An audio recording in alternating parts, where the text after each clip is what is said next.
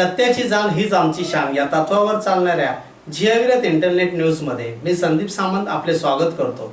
तर आता पाहू सविस्तर घडामोडी। डोंबिवलीत कार खाली चिरडून मायलेकी जागीच ठार। दारूच्या नशेत बेदारकपणे गाडी चालवित फुटपाथवर झोपलेल्या मायलेकींना चिरडल्याची दुर्दैवी घटना बुधवारी मध्यरात्रीच्या सुमारास डोंबिवली पूर्वेकडील शिवमंदिर चौक येथे घडली।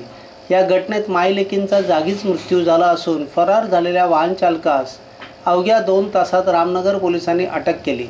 गाडीत बसलेल्या आणखीन दोघांना पोलिसांनी चौकशीसाठी ताब्यात घेतले आहे।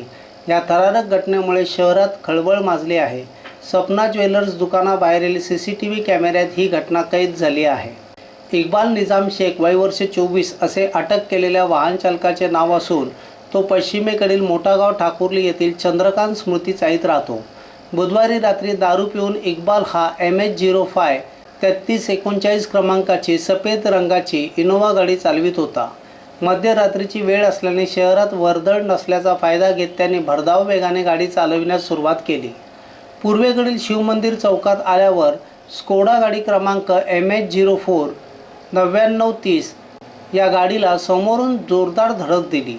त्यानंतर गिरनार दुकानासमोरील फुटपाथवर गाडी चढवली। सपना ज्वेलरच्या दुकानाचा कठडा तोडून फुटपाथवर झोपलेली मीना कुमारी वय वर्ष 35 आणि तिची 8 वर्षीय मुलगी पुष्पा यांच्या अंगावर गाडी चढवली। या घटनेत माईलेकींचा जागीच मृत्यू झाला। वाहन चालक हा इनोवा गाडीवर वाहन चालक म्हणून कामाला होता। माईलेकींना गाडीखाली चिरडल्यानंतर इक्बाल आणि गाडीत बसलेल्या दोघांनी पळ काढला। मात्र रामनगर पोलीस ठाण्याचे वरिष्ठ पोलीस निरीक्षक सुनील शिवरकर आणि त्यांच्या कर्मचाऱ्यांनी अवघ्या 2 तासात फरार वाहन चालकास अटक केली। गाडीत बसलेल्या दोघांना पोलिसांनी चौकशीकरिता ताब्यात घेतले आहे।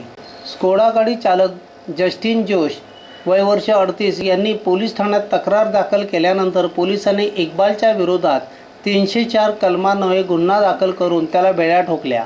या गुन्ह्याचा तपास अधिकारी सहपोलीस निरीक्षक शशिकांत अवघडे यांनी आरोपी इक्बाल दारू पिऊन गाडी चालवित असल्याचे सांगितले। डोंबिवली पूर्व शिवमंदिर रोड या ठिकाणी एक चौक आहे, गिरनार चौक। त्या ठिकाणी पहाटे 3:30च्या सुमारास एक इनोवा गाडी भरधाव वेगाने येऊन एक स्कॉडा गाडीला ठोकर मारून पुढेच एक सपना ज्वेलर्स या ठिकाणी आई आणि तिची मुलगी झोपली होती। त्या ठिकाणी अंगावर गाडी फुटपाथवरती घालून अंगावरती गाडी घालून त्यामध्ये मयत झालेल्या आहेत आणि तसंच तो पुढे पळून गेला होता। परंतु आमच्या तपास पथकाच्या कर्मचाऱ्यांनी त्याचा शोध घेऊन त्याला अटक केलेली आहे, ताब्यात घेतलेली आहे गाडी। पुढचा तपास आम्ही करत आहोत। कल्याणमध्ये बेटी बचाओ बेटी पढाओ अभियानाला सुरुवात। डॉक्टर रुपिंदर कौर यांनी केले मार्गदर्शन। बेटी बचाओ बेटी पढाओ हे केंद्र शासनाचे अभियान आहे। या अभियानाबाबत कल्याणमध्ये कार्यशाळा आयोजित करण्यात आली होती। या अभियानाच्या जिल्हा संयोजक डॉक्टर रुपिंदर कौर यांनी याबाबत महाविद्यालय आणि आदिवासी पाड्यांमध्ये मार्गदर्शन केले। मुलींचा घटता जन्मदर ही एक फार मोठी चिंतेची बाब आहे। भारतीय संस्कृतीच्या महान परंपरेचा दाखला देत असताना स्त्री शक्तीचे पूजन केले जात असल्याचे गौरवाने सांगत असतानाच मुलींची गर्भातच हत्या करण्याचे, जन्म झाला असल्यास मारून टाकण्याचे अघोरी प्रकार आजही होत आहेत। हरियाणा, पंजाब या प्रगत राज्यातच नव्हे तर मातृसत्ताक संस्कृती असणाऱ्या ईशान्येकडील नागालँड, मेघालयामध्येही मुलींच्या जन्माचे प्रमाण घटलेले लक्षात आले आहे। सामाजिक समतोल कायम राखण्यासाठी मुला-मुलींच्या जन्माचे प्रमाण सारखे असणे गरजेचे आहे। यावर केंद्र शासन आणि राज्य शासन व्यापक प्रमाणावर कायद्यांची अंमलबजावणी आणि जनजागृती या माध्यमातून कार्य करत आहे। यावेळी डॉक्टर सीमा गुंड, डॉक्टर रेखा बेहनवाल, डॉक्टर घनश्याम बैसाने, ॲडव्होकेट स्मिता बैसाने, मदन शंकलेशा आदींनी देखील सहभाग घेतला। कि बेटी जो है वो अभिशाप नहीं है, बेटी हमारी लायबिलिटी नहीं है, बेटी हमारी एसेट है।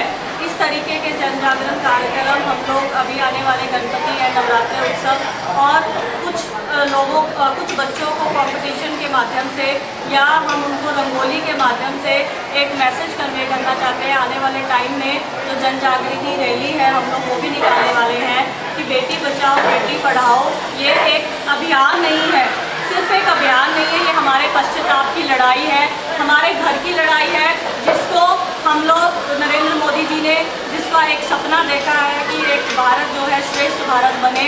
तो सबसे ज़्यादा महत्वपूर्ण जो ये योजना है बेटी बचाओ बेटी पढ़ाओ हमारे लिए एक बहुत बहुत बड़ा मैसेज कन्वे करती है। तर या होत्या आजच्या सविस्तर घडामोडी. पुन्हा भेटू याच ठिकाणी याच वेळी. तोपर्यंत धन्यवाद.